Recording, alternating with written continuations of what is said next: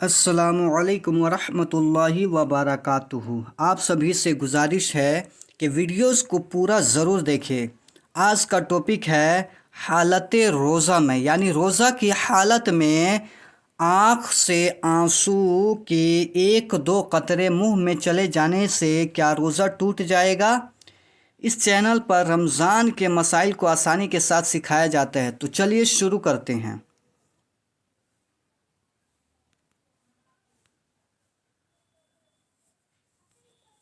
حالت روزہ میں آنسو کے ایک دو قطرے منہ میں چلے گئے تو روزے کا حکم کیا فرماتے ہیں علماء دین و مفتیان شرع متن اس مسئلے کے بارے میں کہ روزے کے دوران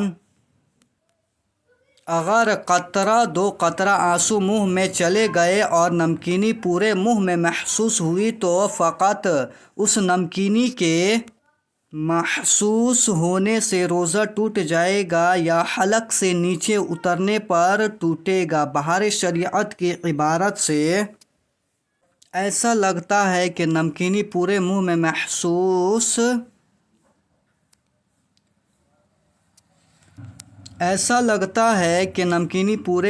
محسوس ہونے سے ہی روزہ ٹوٹ جائے گا۔ بسم اللہ الرحمن الرحیم۔ الجواب بعون الملک الوہاب۔ اللہم ہدایت الحق والصواب۔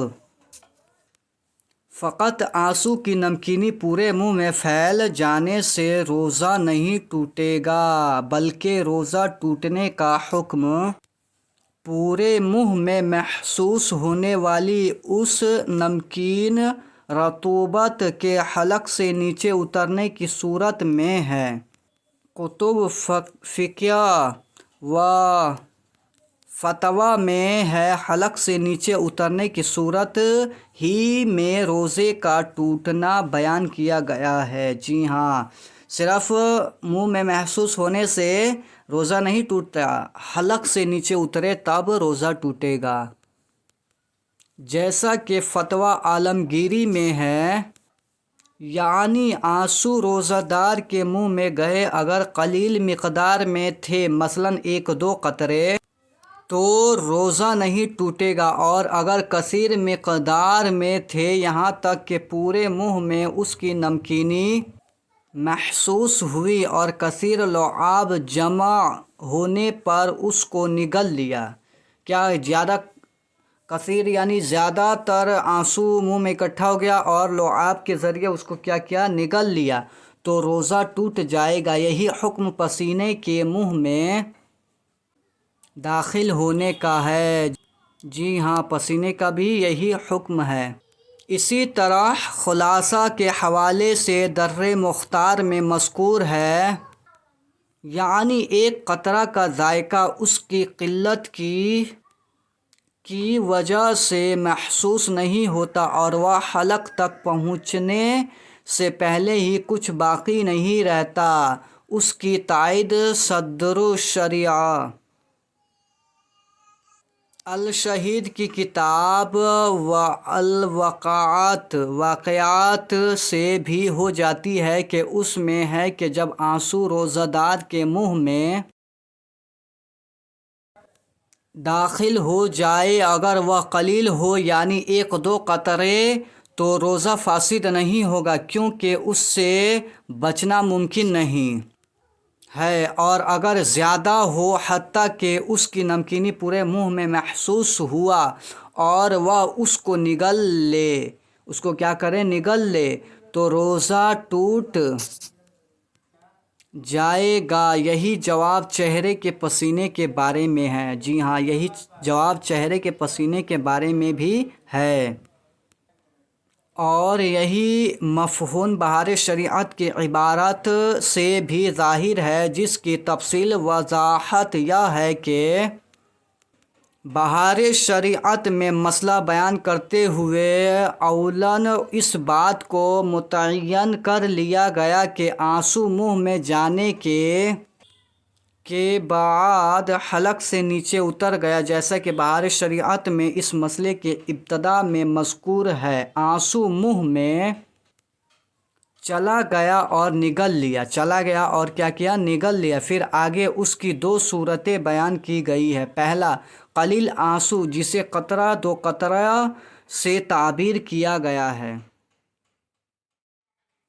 دوسرا کثیر آنسو جسے پورے منہ میں نمکینی محسوس ہونے سے تعبیر کیا گیا ہے۔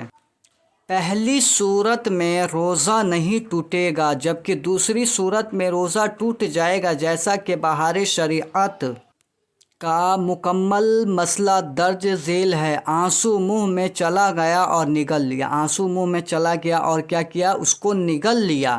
اگر قطرہ دو قطرہ ہے تو روزہ نہ گیا، اور قطرہ دو قطرہ ہے تو روزہ نہیں گیا، اور زیادہ تھا کہ اس کی نمکینی پورے منہ میں محسوس ہوئی تو جاتا رہا۔ پسینہ کا بھی یہی حکم ہے۔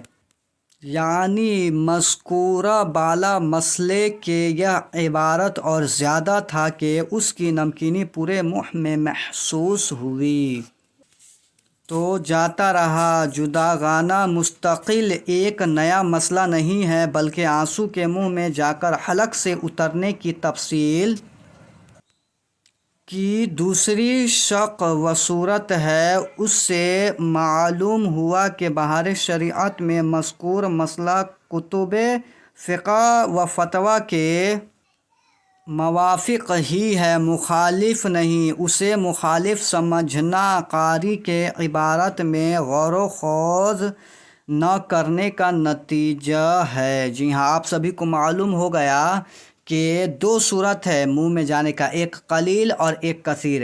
یعنی ایک دو قطرہ چلا گیا اور حلق سے اتر گیا تو اس سے روزہ نہ ٹوٹا، اور قلیل یعنی زیادہ مقدار میں گیا اور حلق سے اتر گیا، یعنی اس کو نگل لیا، تب روزہ ٹوٹ جائے گا۔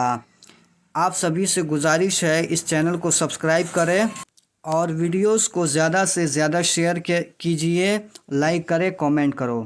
واللہ اعلم عز وجل ورسولہ اعلم، صلی اللہ تعالی علیہ وآلہ وسلم۔ السلام علیکم ورحمۃ اللہ وبرکاتہ۔